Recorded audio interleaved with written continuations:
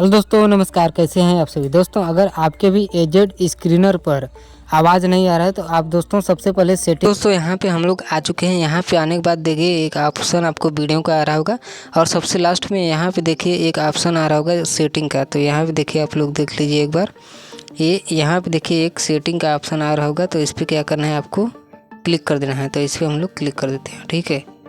तो यहाँ पर आपको क्लिक कर देना है। इसके बाद इस पे दोस्तों क्लिक करने के बाद यहाँ भी देखिए एक वीडियो कन्फर्मेशन का एक ऑप्शन आ रहा होगा।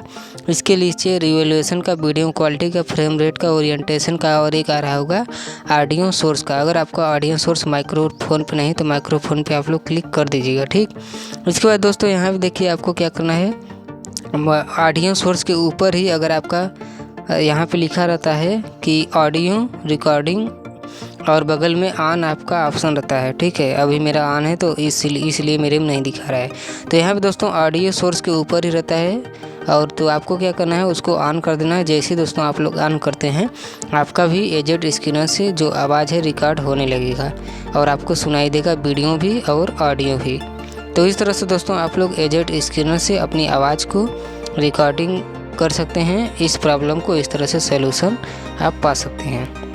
तो दोस्तों आशा करता हूँ ये वीडियो पसंद आई होगी। पसंद आई हो तो लाइक शेयर सब्सक्राइब कर दीजिए तथा बेल आइकन के ऑल बटन पर प्रेस कर दीजिए ताकि इसी तरह की इन्फॉर्मेटिव वीडियो आपको आगे भी मिलती रहे। तो चलिए